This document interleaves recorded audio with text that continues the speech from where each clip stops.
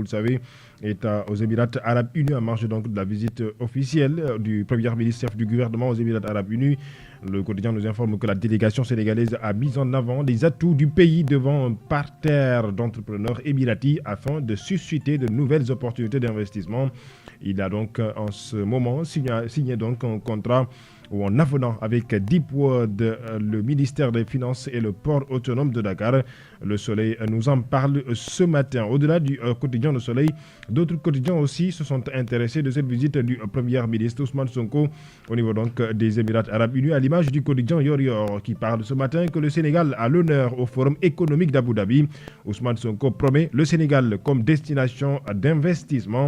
Eh bien, sachez que en marge donc de cette visite, le Premier ministre Ousmane Sonko a parlé donc d'une double reconnaissance qui illustre bien sûr la volonté des autorités sénégalaises et donc de renforcer la compétitivité du pays et d'attirer davantage des partenaires durables dans des secteurs clés, notamment surtout donc dans le secteur de l'agriculture, dans le secteur du tourisme, dans le secteur de l'industrie et même dans le secteur des ports autonomes de Dakar, notamment dans le cadre donc de cette signature avec le port d'Ipi. Autre sujet à la une des quotidiens ce matin, la préparation de la rentrée scolaire 2025-2026. Eh bien, le quotidien Point Actu nous en parle ce matin. 11 académies dotées avant la rentrée scolaire, nous dit le quotidien, puisque donc, il faut le dire, hier, le ministre de l'Éducation nationale, Moustapha Mamba Guirassy, a reçu justement donc des matériaux, notamment 3000 armoires métalliques, 3000 tables maîtres, eh bien, 5200 chaises professeurs, 2200 mobiles de bureau, 1300 tables de conférence, 1100 armoires de rangement et 3400 buffets de rangement disponibles dans 11 académies. C'est ce que nous a informé le quotidien Point Actu qui nous en parlait, qui nous a parlé bien sûr de cela ce matin. Source toujours parle de cette ou en tout cas de cette réception de Moustapha Mamba Guirassy, réception et déploiement du matériel scolaire.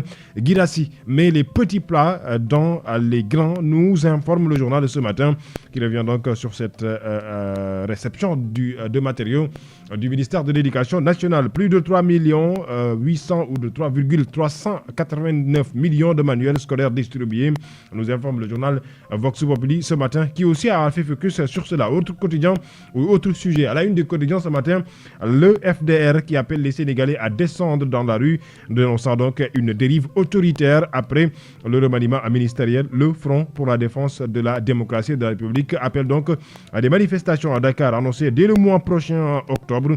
Les comités d'organisation partout pour réparer des actions de résistance ou préparer notamment des actions de résistance, ça nous informe le quotidien Les Échos. Autre quotidien aussi qui parle de cette grève du FDR, entre autres, dans les parutions de ce matin. Sachez que Soursois y est revenu aussi en tenue de guerre, le FDR, pour donc marcher à partir donc du mois prochain, octobre, nous informe le quotidien. Les Sénégalais appelés à se mobiliser autour des actions de résistance populaire qui seront menées en vue d'obtenir notamment le retrait des mesures antisociales contenues dans le plan de redressement économique social, nous informe le quotidien.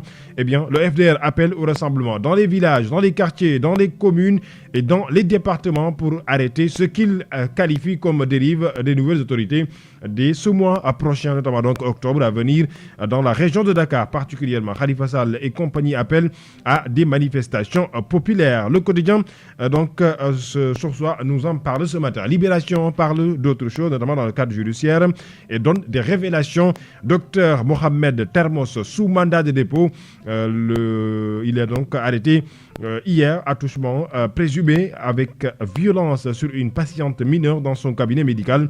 6 au plateau, le quotidien revient sur comment justement s'est déroulée cette affaire, à retrouver également dans le quotidien Libération. Dans la justice, nous en parlons, la libération de Farbangom. Nous y ou bien en tout cas on attendait hier donc cette libération à la suite donc de l'introduction des demandes de liberté provisoire de ses avocats.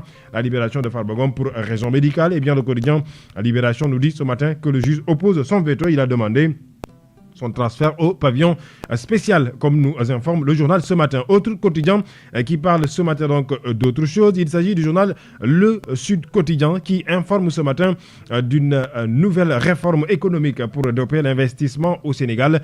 L'Assemblée nationale entre en cède, nous informe le quotidien, puisque donc notamment dans le cadre de l'examen et l'adoption du nouveau code des investissements, révisant la révision du code général des impôts et modification de la loi instituant la redevance sur l'utilisation du réseau des télécommunications publiques. Voilà ce à quoi sont invités les députés de l'Assemblée nationale à partir de ce lundi prochain. Vous le savez donc, c'est à ce lundi que les députés vont exactement donc ouvrir la deuxième section extraordinaire de l'année en cours. Ces réformes traduisent l'ambition du Sénégal d'adapter ou d'adopter bien sûr son cadre juridique et fiscal aux mutations économiques mondiales et surtout de renforcer son attractivité face à une concurrence régionale accrue, nous informe le quotidien ce matin. Nous nous intéressons du quotidien donc directement du l'éducation justement donc la rentrée scolaire en deuxième état qui déploie l'artillerie nous informe ce matin en ce moment. Le quotidien de Madame Eden s'intéresse du FMI ce matin, notamment dans le cadre de la reprise de la coopération avec le Sénégal. Le FMI traîne les pieds nus par le quotidien ce matin à sa une. COSAC, la directrice de la communication de l'institution, notamment la FMI. Il y a encore des mesures à discuter avant que le Conseil exécutif ne décide de la reprise du programme, nous dit dans ce journal de communication. Et dans l'autre sujet, donc, notamment, qui aussi fait la une des quotidiens ce matin. D'ailleurs, d'autres quotidiens en ont parlé hier, notamment dans le cadre de l'inquiétude affichée sur le secteur des BTP. Selon Oumar Ndir, le président du syndicat des entrepreneurs du secteur du bâtiment et des travaux publics au Sénégal, interviewé par nos confrères du journal La Tribune, le quotidien du groupe D-Média, les BTP ont perdu 310 milliards de francs CFA depuis l'arrêt des travaux. Nous a parlé donc cet expert, notamment dans le cadre de cette affaire due aux arrêts des travaux de BTP au Sénégal. Retour avec le quotidien Le Soleil qui informe sur la grève des concessionnaires de nettoiement que l'espoir du dénouement est permis, notamment dans le cadre de cette activité, après justement que l'État du Sénégal a fait une avance de 5 milliards, ou en tout cas s'engage de faire une avance de 5 milliards de francs CFA. Les grévistes sont donc dopés à reprendre le travail, notamment dans le cadre donc de cette affaire, notamment la grève des concessionnaires de nettoiement. Retour avec le quotidien le Solo quotidien qui, à sa une ce matin, parle de la visite du Premier ministre Ousmane Sonko donc au niveau des Émirats Arabes Unis, et même le quotidien bien sûr, avance et anticipe sur la visite du président ou du premier ministre Ousmane Sonko à Milan. Ce samedi, Ousmane Sonko et la diaspora ont pacte pour l'avenir, s'exclame le quotidien ce matin. La diaspora a une force financière sous-exploitée, nous dit le quotidien. Mon confrère continue et poursuit dans ses analyses et dans ses études la nécessité d'un encadrement sécurisé et incitatif, un rôle central dans le plan de redressement économique et social. On appelle à la connaissance, à la dignité, vers une diaspora actrice de développement et non plus seulement un soutien de famille. On nous informe donc le quotidien, vous le savez, le Premier ministre, chef du gouvernement, est attendu en Italie pour donc clore cette visite, notamment donc samedi prochain. Info à suivre avec le quotidien Solo. La visite de El Malick Ndiaye hier, bien sûr, chez l'archevêque de Dakar. Le quotidien aussi en a parlé. El Malick Ndiaye salue le rôle majeur de l'Église.